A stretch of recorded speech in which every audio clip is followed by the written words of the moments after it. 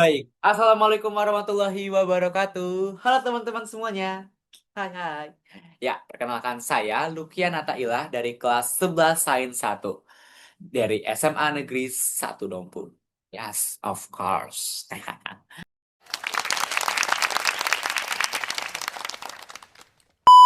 Guys, jadi hari ini saya akan menjelaskan kepada kalian semua tentang regulasi zat dalam sistem peredaran darah. Wow, apa itu sistem peredaran darah? Ada yang tahu? Nah, oke. Jadi, sebelum itu, saya harap kalian semua mendengarkan dan mencermati semua yang saya bilang, karena ini sangatlah penting buat kalian semua. Okay!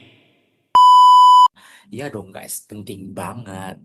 Oke, jadi kita langsung, tanpa berlama-lama ya, kita mempersingkat waktu, kita langsung lanjut aja ke PPT yang telah saya buat. Baik, teman-teman semuanya, jadi kita udah masuk di PPT-nya tentang regulasi zat dalam sistem peredaran darah manusia. Nah, ngomong-ngomong tentang peredaran darah, teman-teman tahu nggak sih, apa itu sistem peredaran darah? Nah, kita akan membahasnya. Jadi, sistem peredaran darah adalah sistem transportasi yang melibatkan tiga komponen, yaitu ada darah sebagai medium transportasi, ada jantung sebagai pemompa, dan pembuluh darah sebagai saluran. Nah, sistem peredaran darah pada manusia itu bersifat tertutup dan ganda. Nah, tertutup itu artinya darah itu dialirkan melalui suatu pembuluh. Sedangkan ganda artinya darah melewati jantung sebanyak 2 kali. Nah, seperti ini ya teman-teman semuanya. Lalu, teman-teman mau tahu nggak sih struktur dan fungsi alat peredaran darah? Nah, jadi alat peredaran darah itu ada tiga komponen ya teman-teman semuanya. Seperti tadi yang pertama itu adalah darah. Apa itu darah? Darah adalah jaringan ikat berupa cairan yang tersusun atas plasma darah, sel-sel darah, dan keping darah. Lalu, apa fungsi utama darah? Ini dia. Fungsi darah adalah mengangkut oksigen dari paru-paru ke seluruh tubuh manusia. Seperti ini nih, tubuh kita semua nih. Lalu yang kedua itu mengangkut sari-sari makanan. Yang ketiga, mengedarkan hormon dan kinerja tubuh. Yang keempat, mengatur pH dan suhu tubuh. Serta yang terakhir, yang kelima, yaitu melawan penyakit karena mampu menghasilkan antibodi. Sebenarnya teman-teman semuanya, fungsi darah itu masih ada banyak lagi, cuman menurut saya memasukkan yang penting-penting saja menurut saya sendiri. Lalu, nah kita akan membahas tentang komponen penyusun dari darah ini.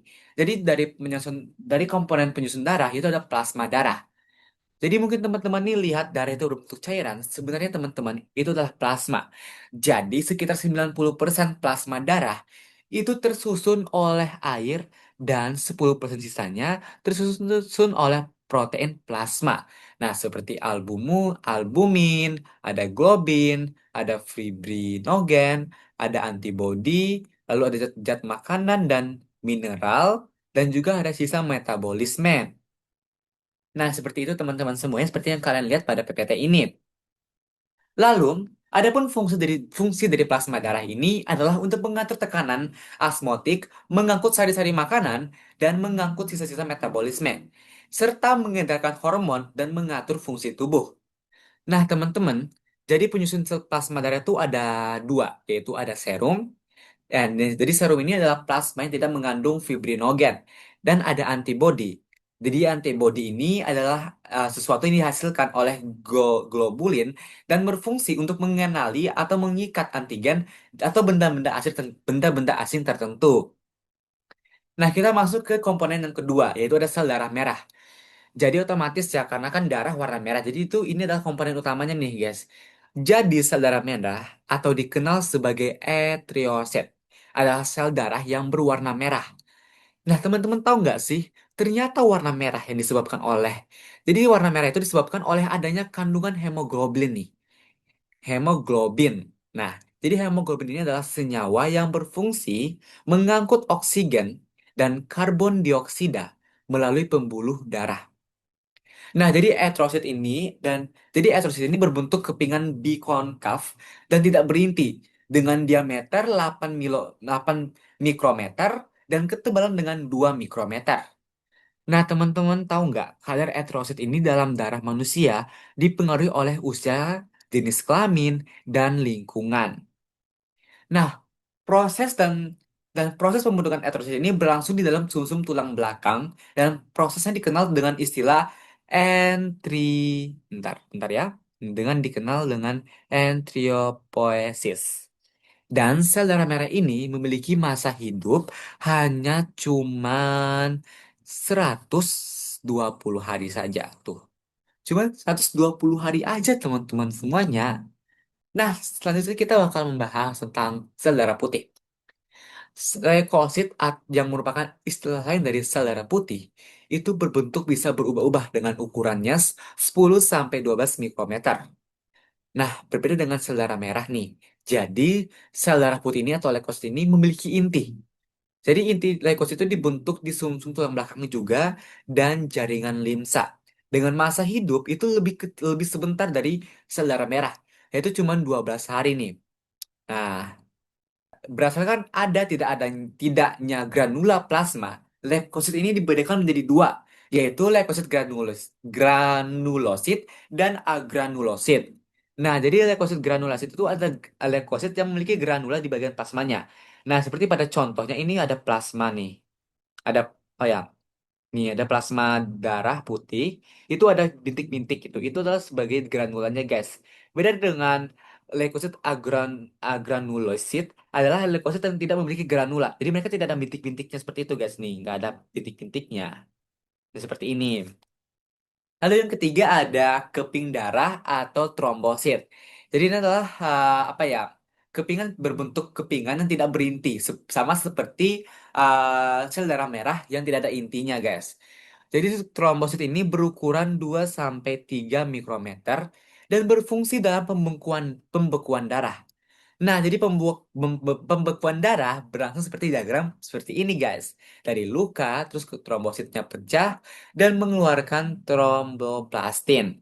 Lalu menghasilkan protombin dan vitamin K. Lalu trombin ini menghasilkan ion Ca. Nah, jadi protombin ini menghasilkan vitamin K dan ion Ca2+, lalu menghasilkan trombin. Dari trombin ini menghasilkan fibronogen dan fibrin, lalu luka menjadi tertutup. Nah, lanjut pada komponen kedua menyusun peredaran darah, yaitu jantung. Pasti teman-teman punya jantung kan? Ya nggak mungkin nggak punya. Kalau itu kan nggak hidup, guys. Oke, lucu banget sih ya. Lucu. Udah, kita lanjut lagi. Jadi jantung merupakan organ peredaran darah yang berbentuk seperti kerucut tumpul dan ujung bawahnya agak miring bagian kiri. Nah, seperti gambar ini teman-teman semuanya. Jadi itu menonjol ke kiri gitu loh. Nah, seperti ini. Ini gambar dari jantung itu. Lalu itu terletak di antara paru-paru dan di atas diafragma di dalam rongga dada.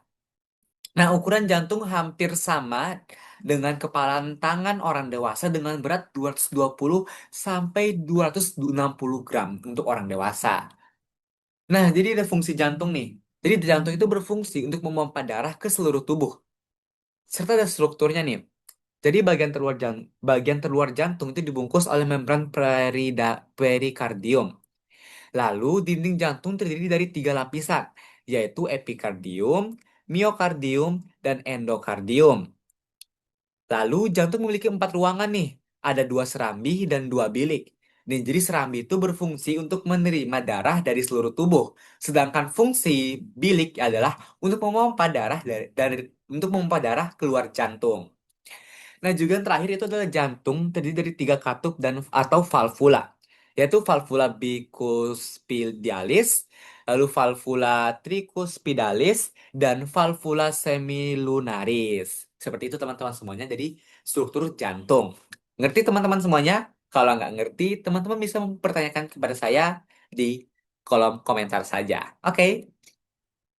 Nah, sekarang selanjutnya kita membahas komponen ketiga, yaitu pembuluh darah. Teman-teman tahu nggak sih, pembuluh darah merupakan saluran tertutup yang bercabang-cabang. Nah, fungsi pembuluh darah ini adalah mengalirkan darah keluar jantung, lalu kembali lagi ke jantung. Nah, jadi pembuluh darah ini dibagi menjadi tiga nih. Ada pembuluh darah arteri, vena, dan kapiler. Nah, kita akan membahas ketiga pembuluh darah tersebut. Nah, kita membahas pertama yaitu pembuluh darah arteri. Jadi pembuluh darah yang pangkalnya ada di bilik jantung. Dia berfungsi untuk membawa darah keluar jantung. Nah, seperti ini ya teman-teman semuanya pada PPT yang telah saya buat. Nah, teman-teman bisa membacanya di sini. Maaf ya kalau saya menggarisbawahi menandainya kurang rapi. Mohon maaf. Oke, jadi ada macam-macam di dalam pembuluh darah arteri ini. Arteri itu dibagi menjadi tiga kelompok, yaitu sebagai berikut nih. Ada aorta, arteri pulmonalis, dan arteri koroner. Nah, teman-teman bisa membaca yang adanya jadi arteri aorta itu yang ukurannya paling besar, berpangkal di bilik kiri. Arteri pulmonalis itu membawa darah jaya karbon dioksida, jadi kayak darah itu kayak akan dia karbon dioksida dari jantung ke paru-paru. Sedangkan arteri koroner yang berfungsi untuk memberikan makanan dan oksigen untuk sel-sel jantung. Jadi arteri itu akan bercabang menjadi pembuluh darah yang lebih kecil atau bisa disebut dengan atriola. Nah, jadi teman-teman ini pada gambar ini adalah arterinya, lalu ini adalah arteriolanya nih. Yang kecil-kecil ini bercabang-cabang ini ada arteriolanya. Mohon maaf ya. Lalu kita lanjut ke pembuluh darah vena nih. Jadi ini berfungsi untuk membawa darah kembali ke jantung. Lalu ujung pembuluh darah ini berada di serambi jantung. Nah, pembuluh darah vena ini juga dibagi menjadi tiga bagian, yaitu vena cava sebagai yang paling terbesar dan ujungnya berada di sembari kanan. Nah, pembuluh ini berfungsi untuk membawa darah kaya karbon dioksida kembali ke jantung. Nah, vena cava juga ini dibagi menjadi dua nih, ada vena cava superior dan inferior. Lalu ada vena pulmonalis yang membawa darah kaya oksigen dari paru-paru ke jantung kita. Dan yang terakhir ada vena porta, hepatika, yang berfungsi membawa darah dari berbagai organ pencernaan ke masuk ke hati. Nah, teman-teman, jadi ini adalah arteri venanya dan ini adalah venaunalisnya. Jadi ini adalah yang kayak di arteriolanya yang bercabang-cabang. Nah, ini adalah pembeda dari arteri dan vena, yaitu ada pembeda dari arah alirannya, dinding pembuluh, denyut, letak pembuluh, jumlah dan letak katup jika pembuluh terpotong juga. Seperti ini, teman-teman bisa membedakannya melalui tabel berikut ini yang saya tampilkan. Nah, terakhir kita membahas tentang pembuluh darah kapiler. Jadi teman-teman, dia tuh berbentuknya halus, dinding selnya sangat-sangat ditipis, serta memiliki diameter cuma 0,008 milimeter. Tapi nih, teman-teman tahu nggak sih, area kapiler ini sangatlah luas, sekitar 7.000 meter kubik pada orang dewasa. Apa sih fungsi dari kapiler? Mau tahu nggak? Nah, seperti ini yang pada PPT saya. Jadi kapilari menjadi penghubung antara arteriola dan venula. Jadi venula tuh yang ini bercabang dari vena, dari arteri, dari pembuluh darah vena yang bercabang-cabang, dan arteriola itu dari pembuluh darah arteri yang bercabang-cabang. Dan mereka ini adalah penghubungnya nih. Jadi kapilernya adalah penghubung antara vena dan kapiler. Antara vena dan arteri. Lalu mengambil zat-zat yang dibutuhkan dari kelenjar dan juga menjadi tempat terjadinya pertukaran zat antara darah dan cairan di dalam jaringan, serta menyaring darah di dalam ginjal, dan yang terakhir menyerap zat-zat makanan dari usus. Seperti itu penjelasan dari pembuluh darah kapiler. Nah, sebagai penutup, sistem peredaran darah berperan penting dalam mengangkut oksigen, nutrisi, dan zat sisa ke seluruh tubuh. Komponen darah seperti plasma, eritrosit, leukosit, dan trombosit memiliki fungsi masing-masing untuk menjaga keseimbangan tubuh. Jantung berfungsi sebagai pemompa utama yang mengalirkan darah, sedangkan pembuluh darah, arteri, vena, dan kapiler menjadi jalur peredaran darah agar zat-zat penting dapat kembali ke seluruh sel tubuh. Seperti itu teman-teman semuanya tentang penjelasan biologi kita tentang regulasi zat peredaran darah pada manusia. Baik teman-teman semuanya, terima kasih telah mendengarkan tentang menjelaskannya. Saya berharap teman-teman semua mengerti. Jika teman-teman tidak mengertinya, teman-teman bisa mendiskusikan pada kolom komentar di bawah ini. Baik teman-teman semuanya, mungkin segitu saja materi tentang biologi, tentang regulasi zat dalam sistem peredaran darah manusia. Saya mohon maaf jika ada kekurangan, karena kesempurnaan hanyalah milik Allah Subhanahu wa Ta'ala. Ya, mantap, bosku. Oke, teman-teman semuanya, dadah semuanya, sehat selalu dan semangat belajarnya. Bye-bye.